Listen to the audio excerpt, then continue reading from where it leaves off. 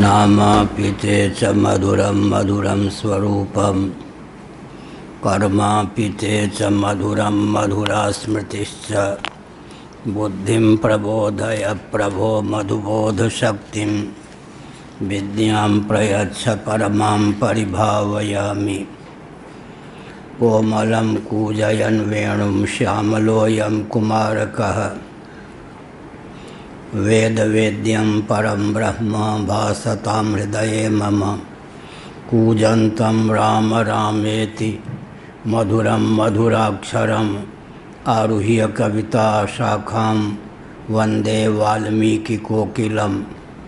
निगमकल्पतरोर्गलितं फलं शुकमुखादमृतद्रवसंयुतं पिबत भागवतं रसमालयं मुहुरहो रसिका भुवि भावुकाः।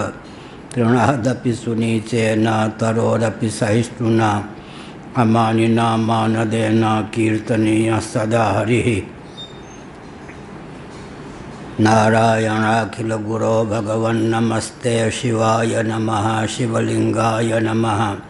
तन्मे मनः शिवसंकल्पमस्तु सर्वे भवन्तु सुखिनः। श्रीराम जय जय राम।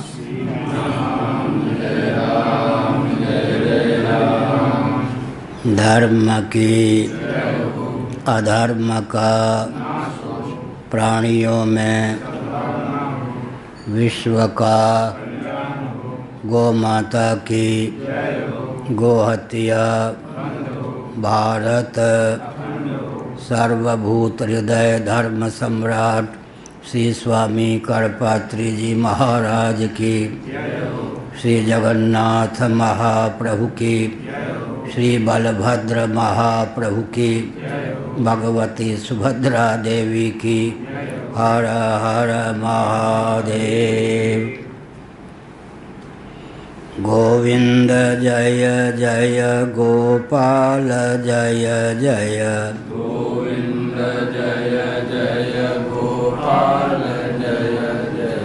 राधा रमण हरि गोविंद जय जय। राधा रमण हरि गोविंद जय जय। श्री कृष्ण गोविंद हरे मुरारे।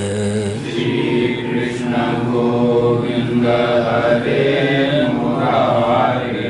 ये नाथ नारायण वासुदेव। ये नाथ नारायण वासुदेव। गोविंद जय जय गोपाल जय जय। गोविंद जय जय गोपाल जय जय। राधा रमण हरि गोविंद जय जय। राधा रमण हरि गोविंद जय जय। गोविंद जय जय गोपाल जय जय। गोविंद जय जय गोपाल जय जय। राधा रमण हरि गोविंद जय जय। राधा रमण हरि गोविंद जय जय। गोविंद जय जय गोपाल जय जय।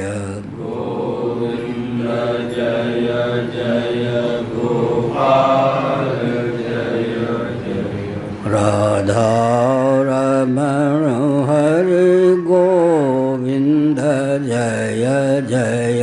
राधा रमण हरि गोविंद जय जय। श्री वृंदावन विहारी लाल की जय। नमो महद्भ्यः शंभो शिव शिव शिव शिव शिव शिव। नारायण नारायण नारायण।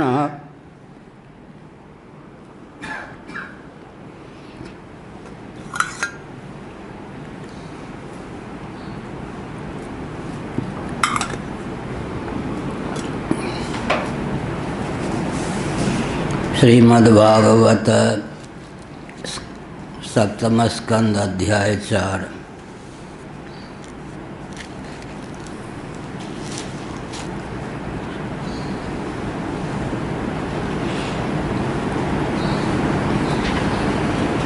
श्लोक 42।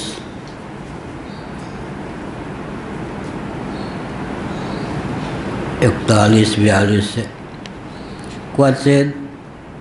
क्वचिदुत्पुलकस्तूष्णीमास्ते संस्पर्शनिर्वृतः स्पन्दप्रणयानन्द सलिलामीलिते क्षणः।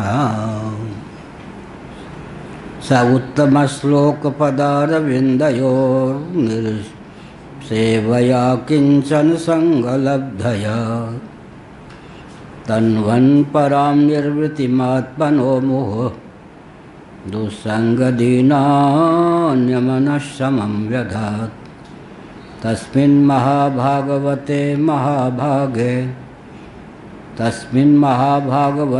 महाभागे महात्मनि हिरण्यकशिपो राजन्न करोदघमात्मजे। नारायण।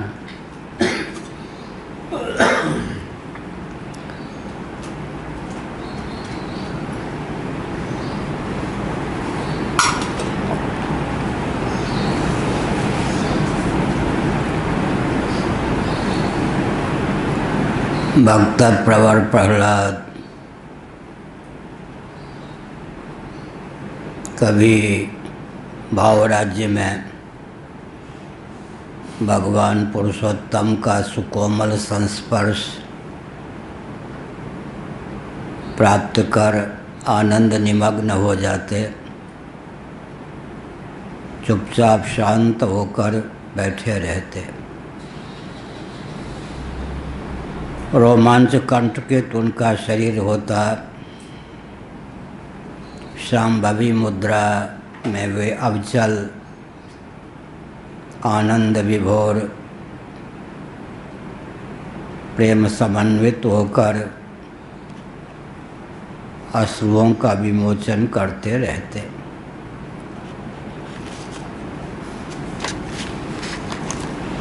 शांत भाव और करुण भाव का युग्म रूप उनके जीवन में एक कालावच्छेदन प्रकट होता।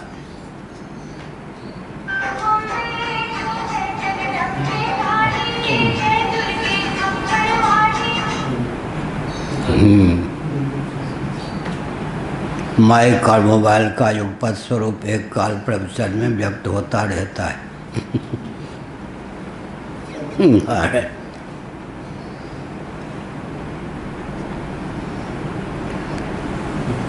अब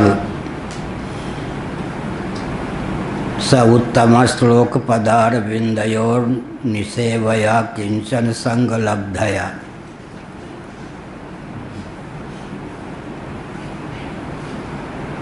इस प्रकार भगवत चरणारविंदों में अद्भुत प्रीति,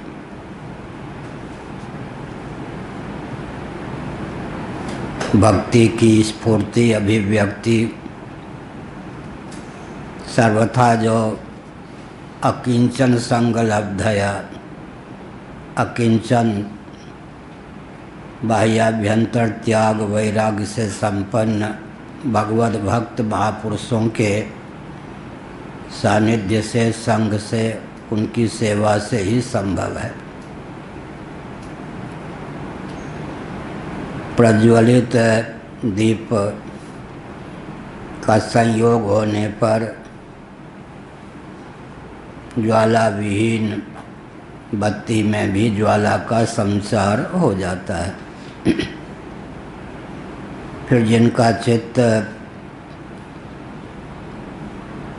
पहले से ही भगवान के प्रति महत्व संपन्न है, उन्हें भगवत भक्तों का सानिध्य प्राप्त हो जाए तो सुगमता पूर्वक उनके जीवन में भगवत भक्ति तज्जन्य सात्विक मनोभावों की विकारों की स्फूर्ति होती है।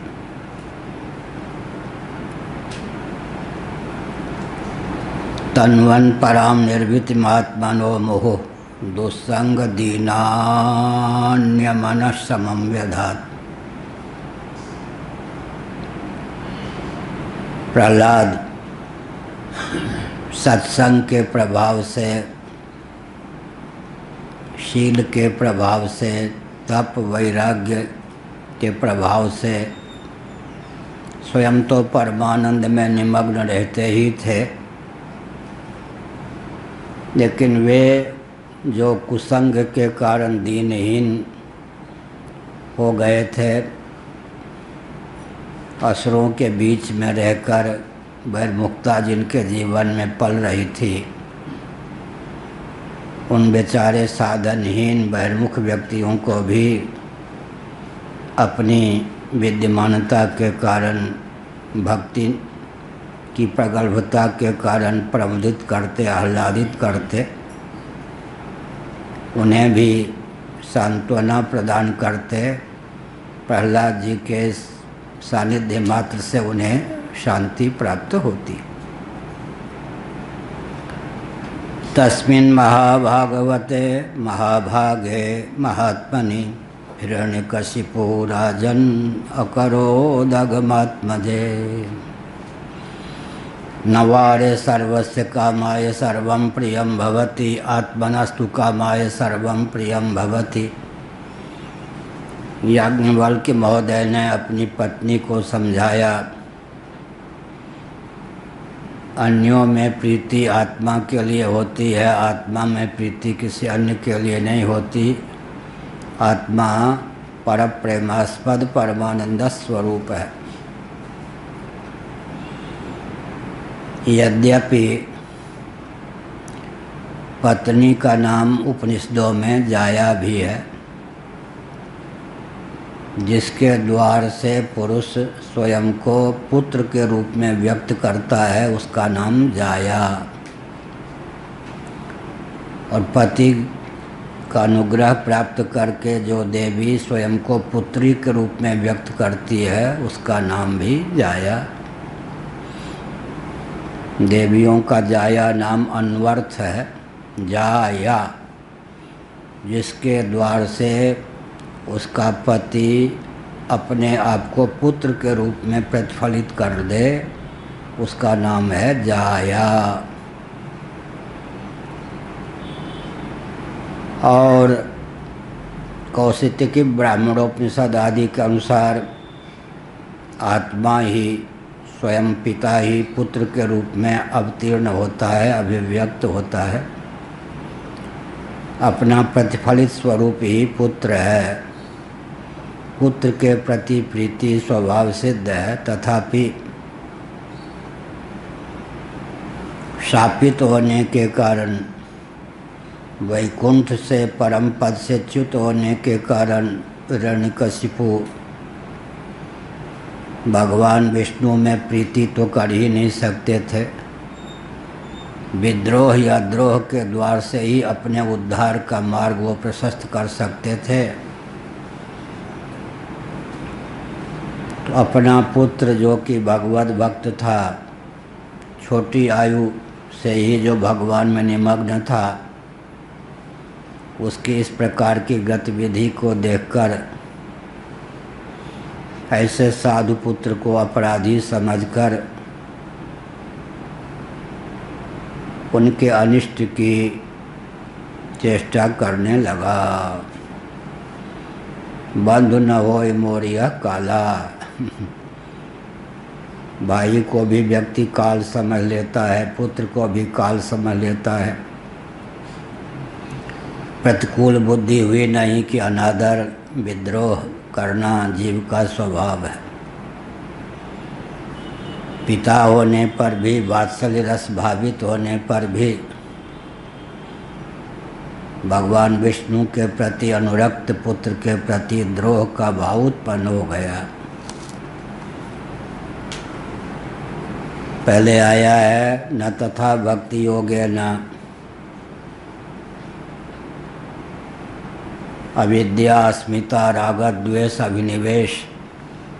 योग दर्शन के अनुसार ये पंच क्लेश हैं। भगवान जब अवतार लेते हैं तो उनके अवतार की विशेषता क्या होती है? पांचों का व्यक्ति अक्लिष्ट उपयोग करके भवसागर से स्वयं को तार सकता है। अविद्या, नित्य में अनित्य बुद्धि विपर्य, पवित्र में अपवित्र बुद्धि, ऐश्वर्य संपन्न में ऐश्वर्यहीनता की भावना, यह सब अविद्या है। तो हम लगभग 72 से इस बात को कहते हैं कभी कभी। प्रीति विशिष्ट अविद्या का नाम वात्सल्य रस है। पूज्य स्वामी अखंडानंद जी महाराज इस भाव को सुनकर बहुत प्रमोदित होते थे, भरपूर आशीर्वाद देते थे वृंदावन में। प्रीति विशिष्ट अविद्या का नाम वात्सल्य रस हो जाता है। गोमय मंडित भगवान बाल गोपाल श्री कृष्णचंद्र को देखकर माँ यशोदा कहती छी छी छी छी, ये सुअर है सुअर। भगवान चौंक जाते, माँ तो त्रिकालदर्शी है, त्रिकालदर्शिता इसके जीवन में है। मैं बड़ा हो चुका ना, ये जानती है कि मैं बड़ा हो चुका हूँ। छी छी, परम शुद्ध में पवित्र में मलिन बुद्धि हो जाती। बच्चे करदम कीचड़ से खेलना पसंद करते, मिट्टी से खेलना पसंद करते। आगे होते हैं तो कुश्ती लड़ना पसंद करते। अब क्या है, मिट्टी से परहेज। व्यायाम भी लोग करते हैं तो इतने ऊंचे गद्दे पर वो राष्ट्र के कभी काम नहीं आ सकते। हम लोगों को मिट्टी बहुत प्यारी। पहले बच्चे ना हम भक्षितवानम्ब, चुपके से मिट्टी खा लेते थे। अब इस ढंग से उनका पालन पोषण होता है कि मिट्टी का, शुद्ध मिट्टी का, साक्षात मिट्टी का दर्शन ही ना हो। मिट्टी से खेलना भी बंद, मिट्टी से प्रेम भी बंद, धरती से प्रेम भी बंद हो गया। हम लोग अखाड़े में कुश्ती लड़ते थे तो पहले उसकी मिट्टी को प्रणाम करते थे, फिर कुश्ती लड़ते थे। शरीर में शुद्ध मिट्टी का लेप होने से स्वास्थ्य अच्छा रहता था। मिट्टी से प्रेम नहीं। हमने क्या संकेत किया, मिट्टी से भी दूर आजकल बच्चों को रखा गया। ऐसा जीवन बना दिया गया कि वे धनमान की किंकरता पाले, न अपने काम आवे न राष्ट्र के काम आवे। प्रहलाद भगवत भक्त थे, उच्च कोटि के भाग्यवान तपस्वी महात्मा थे, लेकिन हिरण्यकशिपु शापित होने के कारण भगवान विष्णु से तो द्वेष करता ही था, भगवान विष्णु के भक्तों के प्रति भी उसका आक्रोश था। पुत्र को इस प्रकार श्रीमन नारायण की भक्ति से संपन्न देखकर, उनके हाव भाव को देखकर, उनकी चेष्टा को देखकर वह धीरे धीरे कुपित होने लगा और प्रहलाद के अनिष्ट का प्रयास करने लगा। नवारे सर्वस्य कामाय सर्वम प्रियम भवति। इसका अर्थ क्या है, जब सबको आत्मा स्वरूप नहीं जानते, शरीर के अनुरूप आत्मबुद्धि का संसार जीवन में होता है, तब द्रोह, स्पृहा इत्यादि की भावना का उदय होता है। शापित होने के कारण भगवान की भक्ति तो सीधे कर नहीं सकते थे, तो मैंने कहा प्रीति विशिष्ट अविद्या का नाम वात्सल्य रस है। यशोदा मैया कज्जल का कुछ अंश यहाँ लगा देती। आज भी माताएं, विशेषकर गांव में जो पलने वाले बच्चे हैं, टीका लगा देती हैं ताकि किसी की नज़र न लग जाए। जिनकी नज़र दूसरों को लग सकती है, उनको किसी की नज़र न लग जाए, यह भी अविद्या है, प्रीत विशिष्ट अविद्या। तुलसीदास जी महाभाग का एक ग्रंथ है कृष्ण गीतावली। भगवान श्री कृष्ण का ही यशोगान उन्होंने किया है। गीता प्रेस से सरल हिंदी अनुवाद सहित वो ग्रंथ प्रकाशित है, श्री कृष्ण गीतावली। एक बार पढ़ने पर लाला श्री कृष्ण को, बाल गोपाल को यशोदा जी ने स्नान कराकर, श्रृंगार कराकर लिटा दिया। टक टक टकटकी एक टक होकर उनके मुखचंद्र की ओर देखने लगी। श्री कृष्ण उस समय तोतली वाणी में, काकली वाणी में कुछ बोलने लग गए थे। अरे मैया, मुँह माऊँ क्यों देखती हो, मेरी ओर बार बार क्यों देखती हो? दूसरे की नज़र न लग जाए इसकी तो तुम्हें चिंता है, तुम्हारी नज़र न लग जाए मुझे, इसकी चिंता नहीं है क्या? क्या मुख में विशेषता है कि अपलक नेत्रों से मुझे निहार रही हो? तो बहुत बढ़िया उत्तर दिया, मोह समान नहीं पुण्य पुंज बालक हैं तेरो। ये वात्सल्य रस की प्रगल्भता है। अरे बाल गोपाल, मुझे यशोदा के समान तेरा पुण्य पुंज थोड़े है। तू तप कर, तप करके यशोदा बन, तब तू समझ सकता है कि तेरे मुख में क्या चमत्कृति है। वात्सल्य रस भावित जो माँ होती है, अपने लाडले लाल का दर्शन करके उसे जो आनंद मिलता है वो बच्चा क्या जाने। मोह समान नहीं पुण्य पुंज, मेरे समान तेरा पुण्य पुंज कहाँ है? इसका अर्थ क्या है? रामचरितमानस में कहा गया, महाराजा दशरथ के नेत्रों से अयोध्यावासी रामलला को देखते थे। महाराजा दशरथ के नेत्रों से, कि दशरथ जी का रामभद्र में स्वाभाविक वात्सल्य भाव था। बड़ी विचित्र बात है, अपने नेत्रों से राम जी को देखने पर, निहारने पर वो सुख नहीं मिलता था अयोध्यावासियों को। महाराजा दशरथ की आँखों से देखने पर सुख मिलता था। अनुगत्य इसी का नाम है। ललिता, विशाखा इत्यादि सखियाँ हैं, और राधा रानी के अनुगत होकर जब श्री कृष्णचंद्र को निहारती हैं, तब श्री कृष्ण का जो दिव्य वैभव युक्त स्वरूप है, मधुर स्वरूप है, वह अभिव्यक्त होता है। इसी का नाम मंजरी भाव है। इसी का नाम वृंदावन की उपासना में अंतरंग उपासना है, अनुगत्य है। नंगी आँखों से सूर्य को देखें, ध्रुव तारा आदि को देखें तो उनका दिव्य रूप प्रकट नहीं होता। आँख तो चाहिए, लेकिन ध्रुव तारा आदि और आँख के बीच में कहीं सूक्ष्म वीक्षण का योग हो जाए तो दर्शन में चार चांद लग जाते।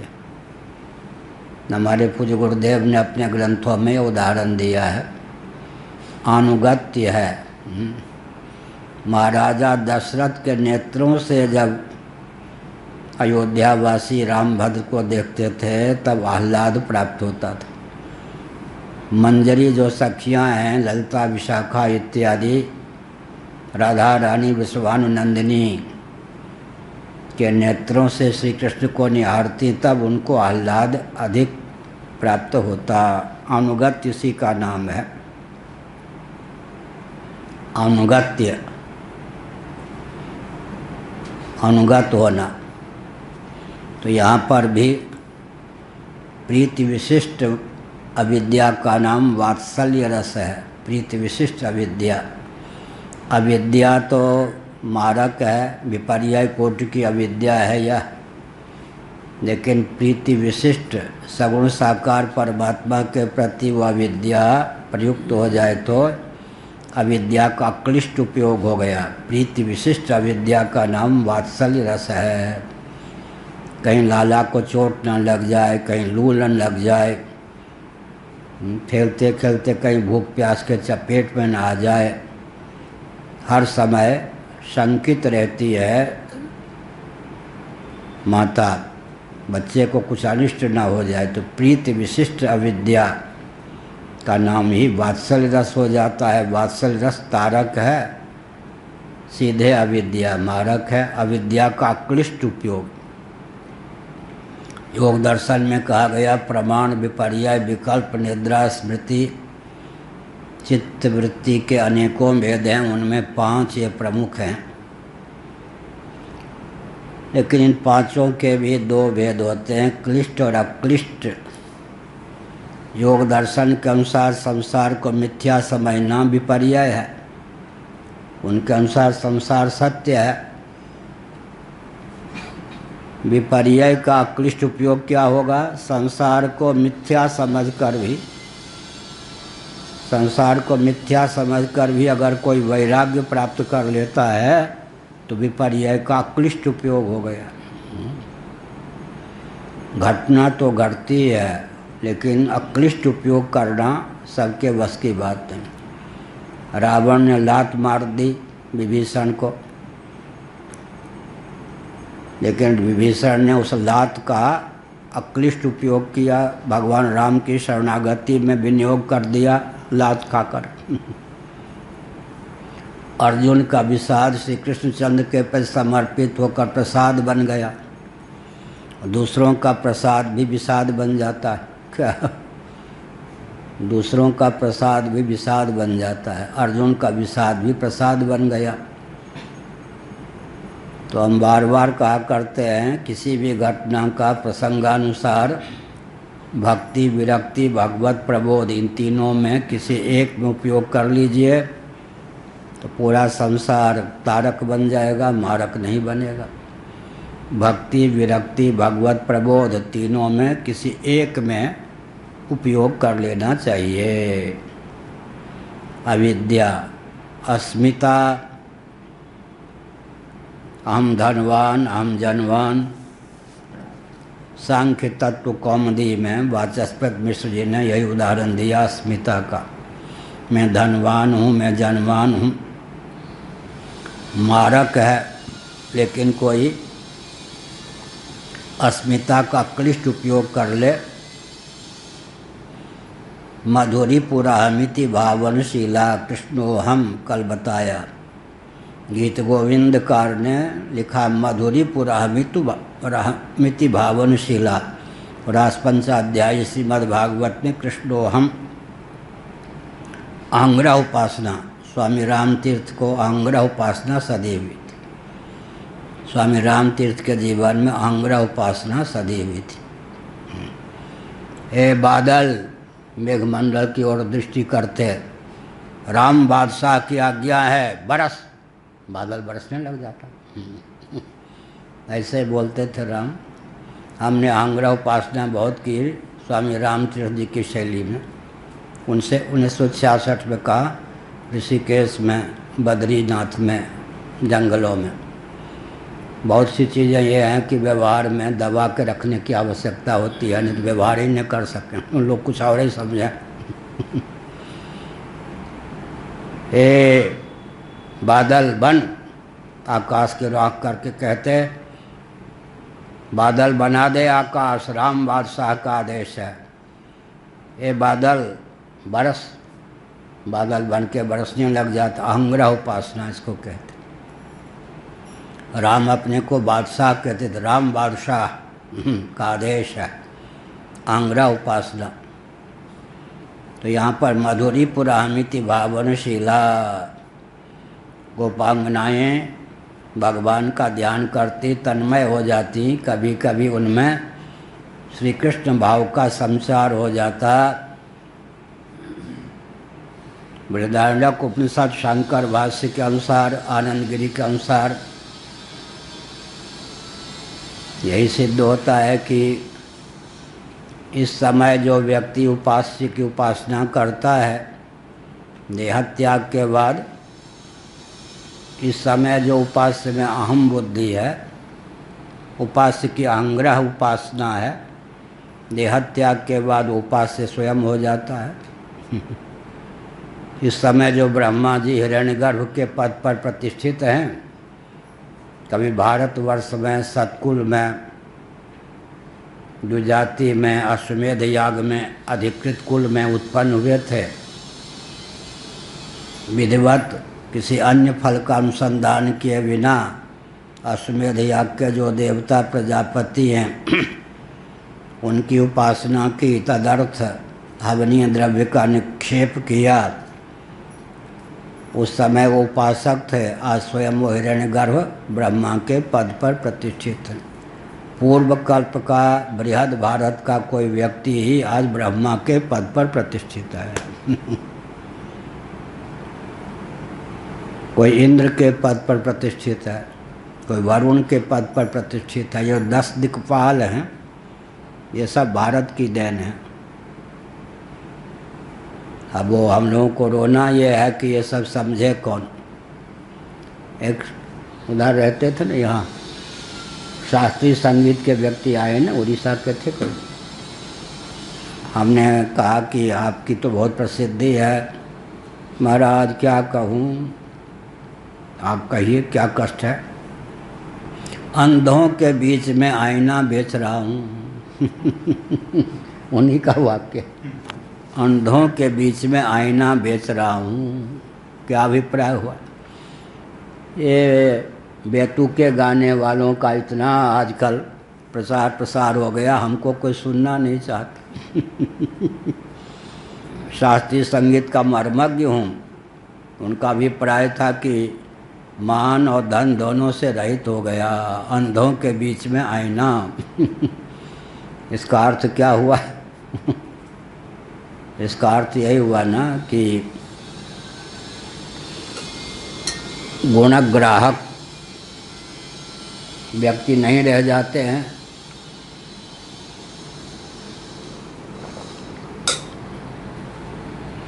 तो अस्मिता का सबसे अच्छा उपयोग क्या हुआ, अंग्रा उपासना, कृष्णोहम। आज जो इंद्र आदि के पद पर हैं, पहले भारतवर्ष में, बृहद भारत में सतकुल में उत्पन्न थे। इंद्रादि पद प्राप्त करने के लिए जो कर्म और उपासना का निरूपण वेदादि शास्त्रों में है, विधिवत उसका अनुष्ठान किया, उसके प्रभाव से आज वे देवराज इंद्र आदि के पद पर प्रतिष्ठित हैं। भारत को इस ढंग से बनाया जा रहा है कि अब लगता है कि भविष्य में मानो कोई इंद्र बन ही नहीं पाएगा, कुबेर बन ही नहीं पाएगा। सेकुलर संविधान के रहते, आधुनिक शिक्षा पद्धति के रहते, हृदय और मस्तिष्क सबका इतना विकृत होगा, विकास के नाम पर हो भी रहा है कि वेदादि शास्त्र सम्मत कर्मकांड, उपासना कांड के फलस्वरूप जिन पदों की प्राप्ति होती थी वो सब मार्ग ही अवरुद्ध हो रहे हैं। बड़ी विकट बात। इसीलिए शासक चाहिए सनातन शास्त्र सम्मत। जब तक शासन तंत्र भारत में नहीं होगा तब तक हमारा अस्तित्व और आदर्श ही विलुप्त हो जाएगा, शेष नहीं रहेगा। भगवान को तो अभीष्ट नहीं है। एक बार मान्य से दिग्विजय सिंह मेरे पास धोखे में आ गए उज्जैन में। कोई एक कुलश्रेष्ठ था, उसने प्रेरित किया और मेरे पास ले आया।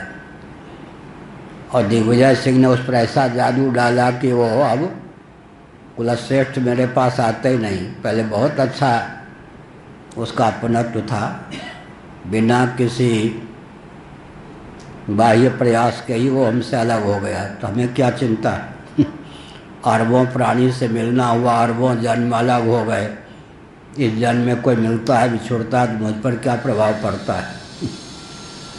दिग्विजय सिंह बहुत ही शांत भाव से बैठे, अकेले बैठे।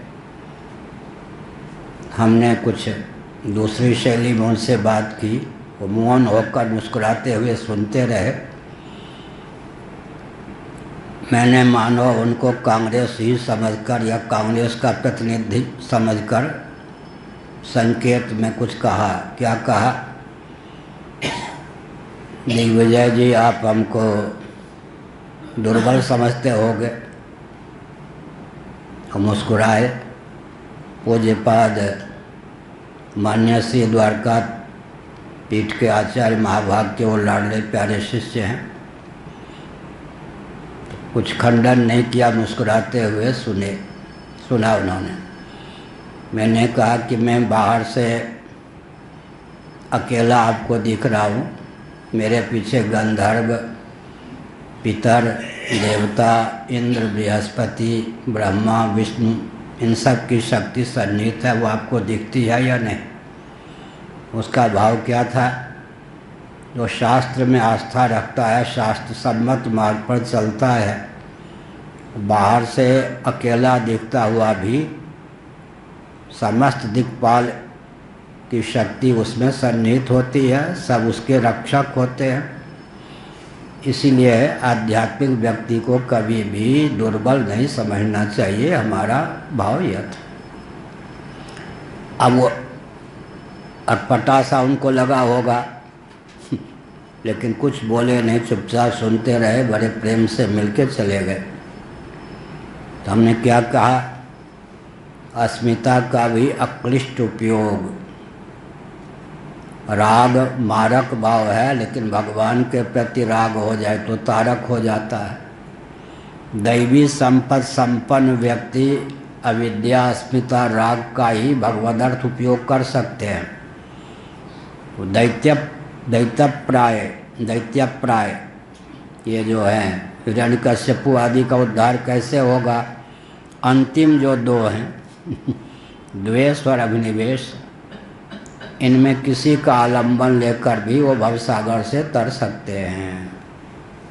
क्लेश जो हैं अक्लिष्ट उपयोग के बल पर मारक न बन के तारक बन जाते हैं। द्वेष, वैर भाव सुमरे वही निश्चर, द्वेष भी तारक हो गए या नहीं? भगवान और भगवान के भक्त से द्वेष कीजिए, भवसागर से तरने का मार्ग प्रशस्त हो जाएगा उद्धार का मार्ग प्रशस्त हो जाएगा। कोई भजन नहीं तामस देखा। और द्वेष का पर्यवसान अभिनिवेश में ही जाता है। अभिनिवेश का अर्थ होता है अभिस्वंग, दृढ़ लगाओ।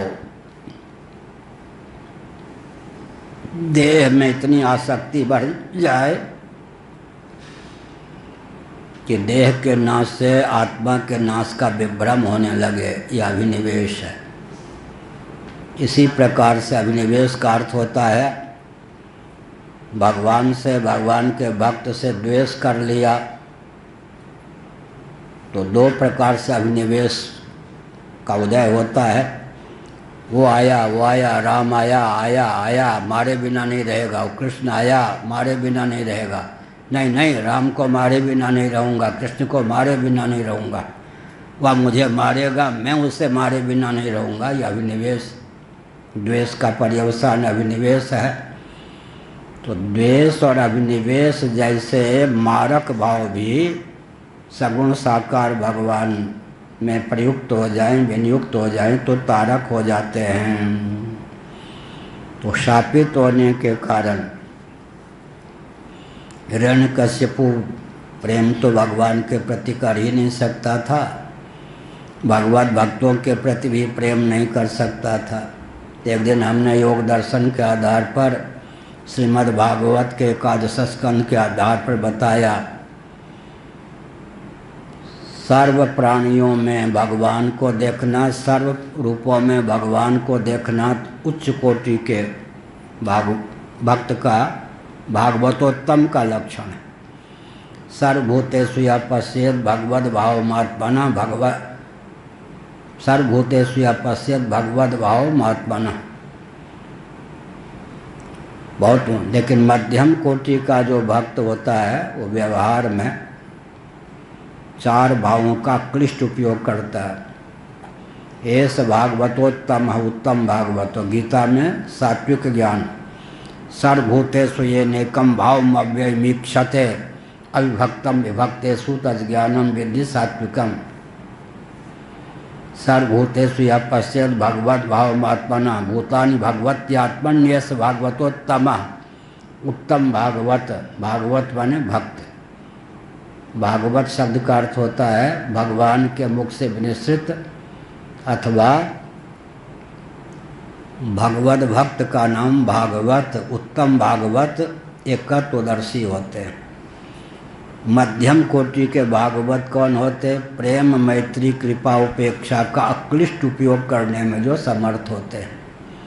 प्रेम मैत्री कृपा उपेक्षा। ईश्वरे तदधीनेषु बालिशेषु द्विषत्सु च प्रेम मैत्री कृपोपेक्षा यः करोति स मध्यमः। ईश्वरे, ईश्वर में प्रेम, भगवान में प्रेम, प्रेम का सबसे अच्छा उपयोग हो गया अक्लिष्ट उपयोग। ईश्वर के भक्त भगवत भक्तों के प्रति मैत्री और भगवान से मिलना चाहते हैं, साधन आदि का ज्ञान नहीं है तो उनके प्रति अपनत्व कृपा, आओ भाई कोई चिंता मत करो, चलो हम बताते हैं ना, जो जानकारी हो उनको भी दें। और दुष्टों से संघर्ष नहीं, उनकी उपेक्षा।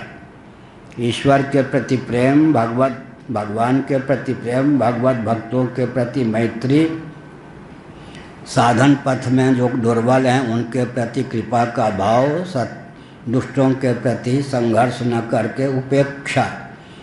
यह अक्लिष्ट उपयोग हो गए। प्रेम मैत्री कृपा और उपेक्षा का अक्लिष्ट उपयोग।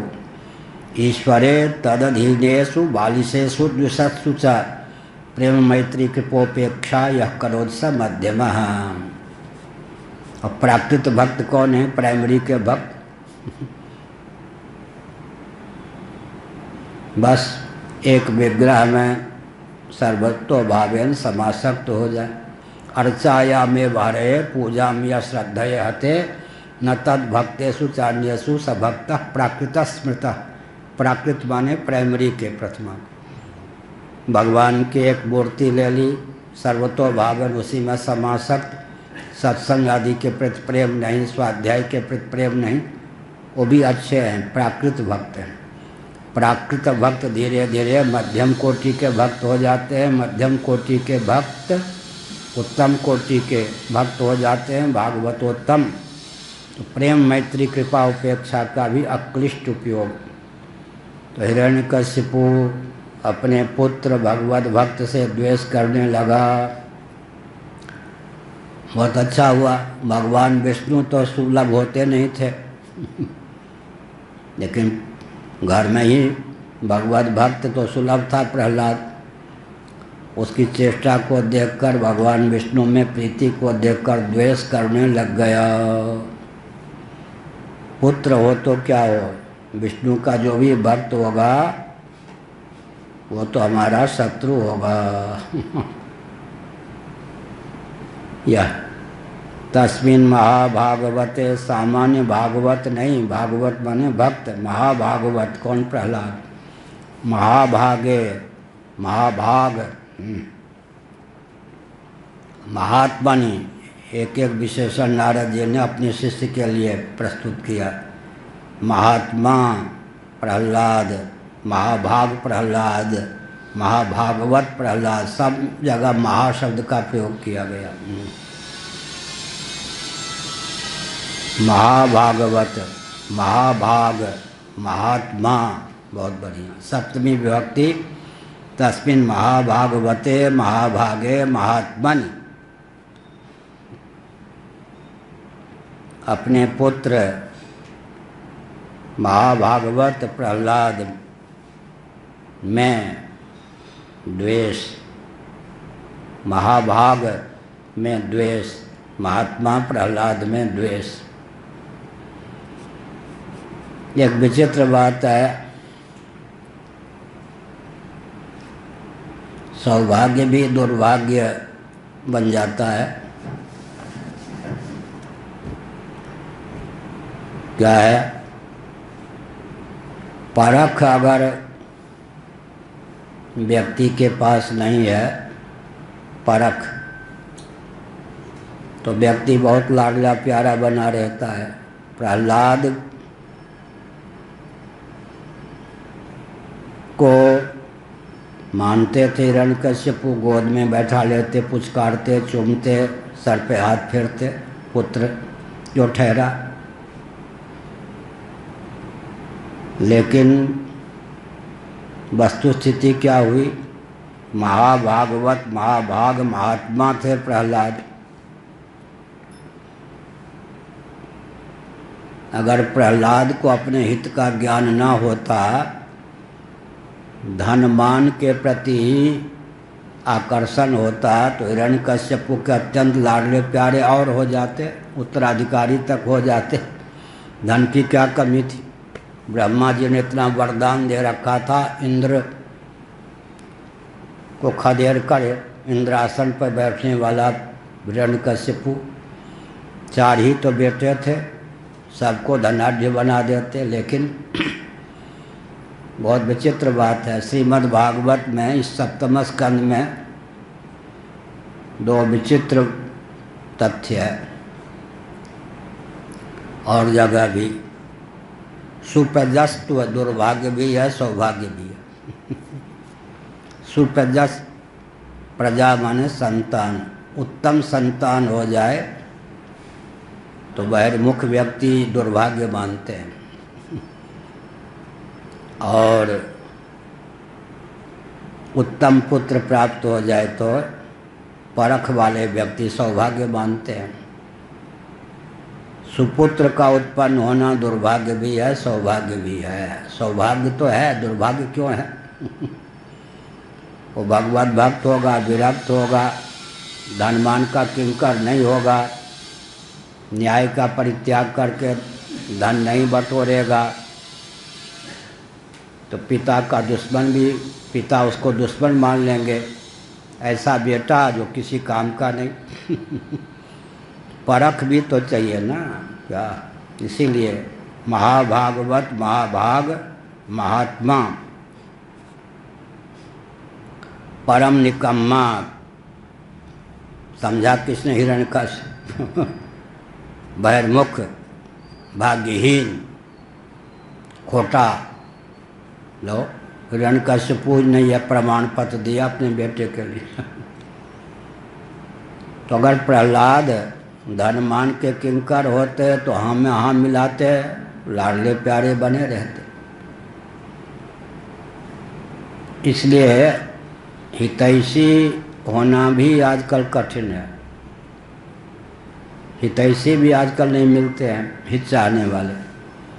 हित चाहने वाले भी हों, हित न जानते हों तो। भरत जी का क्या रोना है? हित हमार सियापति सेवकाई, सो हरिलीन मात कुटिलाई। भरत जी को अपने हित की परख थी, और उनकी माँ को भरत जी के हित की परख नहीं थी। यही हुआ ना। तो भरत जी जैसे पुत्र को पाकर के भी माँ दुखी बनी रही। हितैषी हो, हितज्ञ ना हो तो प्रहलाद का हितैषी तो था हिरण्यकशिपु। अगर प्रहलाद भी इसी में अपना हित समझते, धनमान की किंकरता में, ठाकुर सुहाती में, बहुत बढ़िया, पिता पुत्र में गठबंधन खूब बढ़िया होता। प्रहलाद को अपने हित की परख थी, हिरण्यकशिपु को परख नहीं थी, तो सौभाग्य भी दुर्भाग्य के रूप में परिणत हो गया। कैकेयी को भरत जी का हित तो पसंद था, लेकिन हितज्ञा नहीं थी। भरत जी भी अगर राज्य लेने में अपना हित समझते तो माँ बेटे का खूब बनता। लेकिन भरत जी को हित की परख थी। हित हमार सियापत सेवकाई, सोहरलीन मात कुटलाई। बहुत अच्छा उदाहरण रामचरितमानस में दिया है। पेड़ काटते पालव सींचा, मीन जियन नित्य वारी उलीचा। पेड़ काटते पालव सींचा। अरे माँ तेरी परख ठीक नहीं।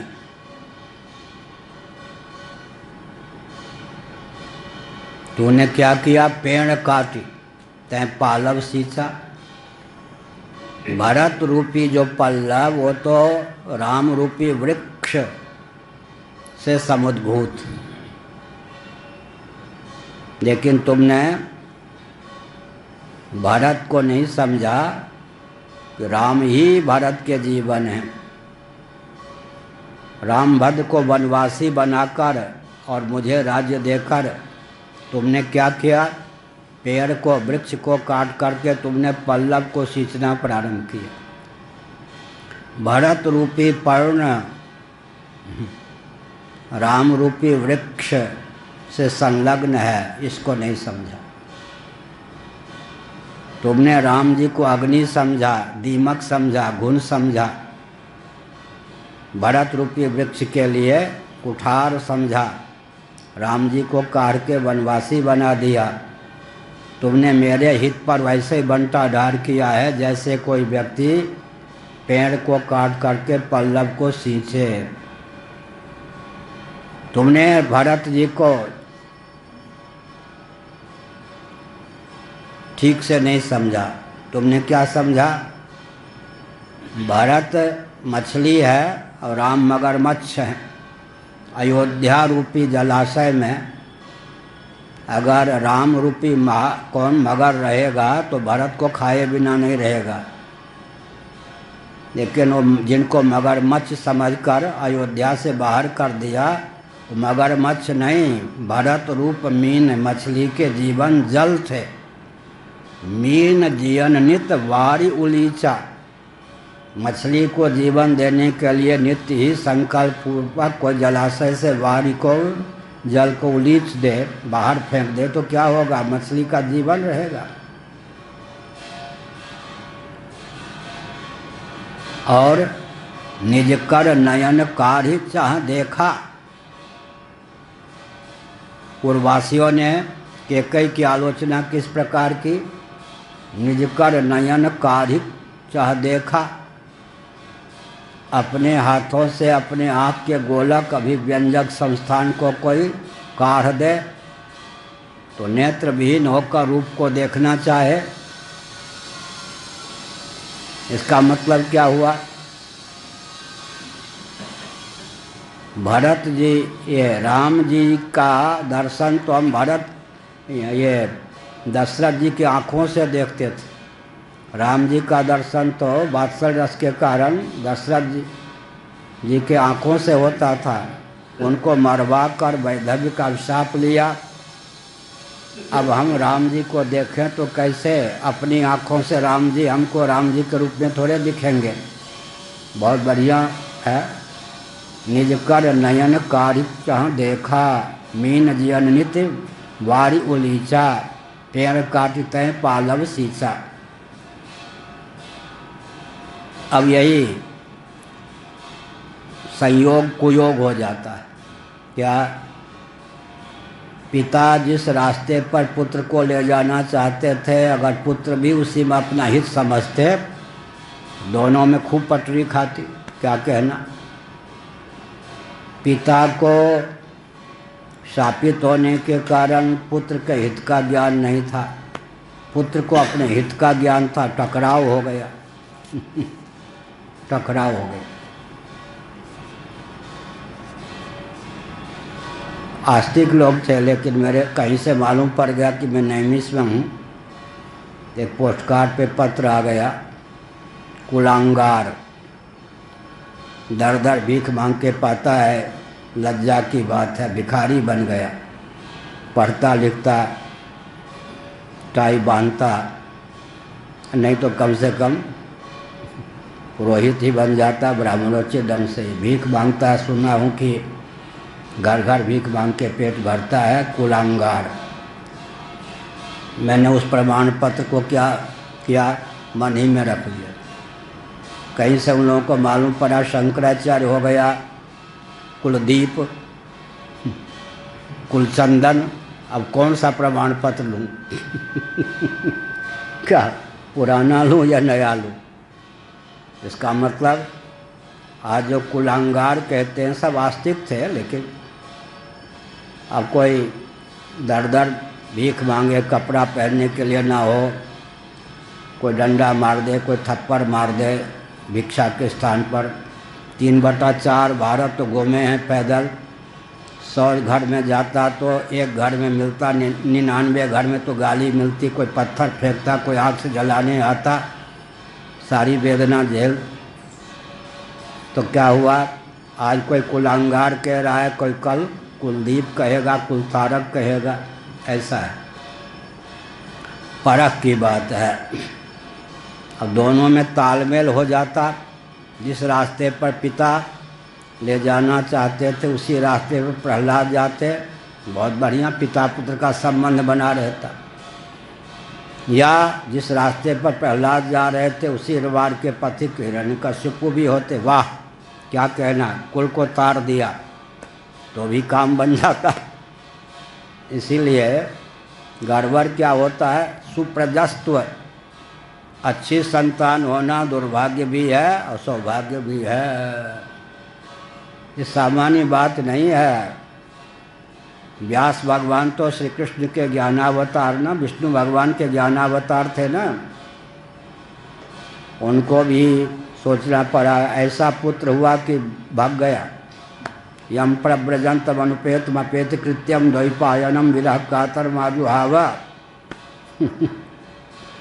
बड़ों बड़ों का धैर्य विचलित हो जाता है। क्या एक घर वाले थोड़े कहते थे गायत्री मंत्र जप मत, शालग्राम का पूजन करता था, सब सामग्री जुटाते थे, 1000 गायत्री का मंत्र जप करता था। कोई नास्तिक नहीं थे, लेकिन बाबा हो जाए, दर दर भीख मांगे, प्रवृत्ति मार्ग को छोड़ दे, वो असह्य था। तो हमने संकेत किया, व्यास जी का धैर्य भी टूट जाता है। औरों की बात क्या है। लेकिन उपनिषद में यह है आख्यायिका, इतिहास भी बन जाए आख्यायिका। भगवान शिव ने कहा बहुत से पुत्र चाहिए कृष्ण द्वैपायन, या एक पुत्र चाहिए, विरक्त होगा। हृदय को पत्थर बना के कहा एक चाहिए, विवेक पूर्वक। वही सुखदेव जी हुए। शुक रहस्योपनिषद आदि पर हैं। स्वयं ही वरदान मांगा था। प्रवृत्ति मार्ग का अनुयायी अनेकों पुत्र चाहिए, सदाचार संयम संपन्न, या विरक्त एक पुत्र चाहिए। तो हृदय को मजबूत बनाकर एक ही मांगा, लेकिन धैर्य तो टूट ही जाता है व्यक्ति का। सुप्रजस्त्व, दुख भी है सुख भी है, ऐसा बढ़िया। अब वो पति सिनेमा नहीं देखता, पत्नी तलाक देने के लिए तैयार। पत्नी सिनेमा में देखने में भाग नहीं लेती, पति तलाक देने के लिए तैयार। अब क्या हो गया? बड़े विकट। एक घर में मैंने देखा आगरा में, सब के सब कंजूस थे, बड़ा बढ़िया घर चलता था। मैं आया तो सब के सब बैठे रहे, 2 रोटी दी छोटी छोटी, बहुत साल पहले की बात है। दक्षिण भारत आदि से घूमते घूमते पैदल भूखे प्यासे, वो लोग उड़ियाबाजी के शिष्य परिवार के थे, पालीवाल परिवार। मुखिया क्या कहता है, ये त्यागी तपस्वी है, हम जानते हैं, तुमने 2 रोटी क्यों दी, एक ही रोटी पाते हैं। हमने कहा गए। अब वो कोई भी उसमें दाल भी परोसे तो इससे ज़्यादा नहीं, परोसने का काम पांडे जी को दे दीजिए, फिर देखिए क्या कितने व्यक्ति भूखे रहते हैं। अरे सुन सुन के अब उदार होते हैं ना, और अपने घर की चीज़ हो तो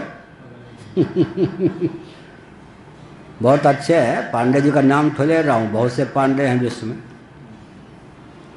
अब हमको हुआ कि अरे राम, यहाँ से जल्दी भागें।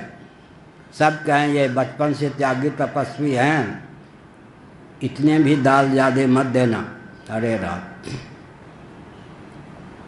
एक कंजूस के यहाँ पहुँचा, पूर्वाचार्य महाराज का शिष्य था और ब्राह्मण था। उसने अपने घर में निमंत्रण दिया, इतनी इतनी बड़ी रोटी 2 दे दी। अभी तो मैं आधी ही रोटी पाता हूँ, लोगों को मालूम है। उन दिनों 4 रोटी तो पा ही सकता था। अब एक वैश्य के यहाँ तो वही भोजन बनाने आ गया। हमने कहा फिर भूखे मारेगा, फिर इतनी इतनी 2 रोटी पकड़ा दी। था पूर्वाचार्य जी का शिष्य, राजस्थान परंपरा का। इसका मतलब क्या हुआ, ये तो वो अलवर में थी, वो आगरा परिवार की बेटी। उसने बुलाया, हमने सोचा ये फिर भूखे मारेगी, लेकिन नहीं, उसकी बेटी उदार थी, भरपेट भोजन दिया। उस घर में सब के सब कंजूस ने, सब के सब कंजूस। एक वो सज्जनानंद जी के शिष्य का परिवार था, वहाँ गया, सब के सब कंजूस।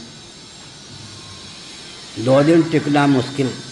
तो उस घर में रामराज्य दिखता है जहाँ सब के सब कंजूस हों। उस घर में जहाँ एक उदार हो जाए बाकी सब कंजूस हों तो भी तालमेल नहीं। इसलिए राम राज्य के 2 अर्थ होते हैं। रावण राज्य का नाम भी राम राज्य है। क्या हिरण्यकश्यप का राज्य भी राम राज्य है। कैसे? अगर बेटा अनुकूल होता तो बड़े अमन चैन से घर चलता। क्या तो इसका अर्थ क्या हुआ? सुप्रजस्तव, उत्तम बेटा होना सौभाग्य भी है, दुर्भाग्य भी है। सौभाग्य समझने की क्षमता हो तो सौभाग्य है, नहीं तो कुलांगार उसका नाम हो ही जाएगा।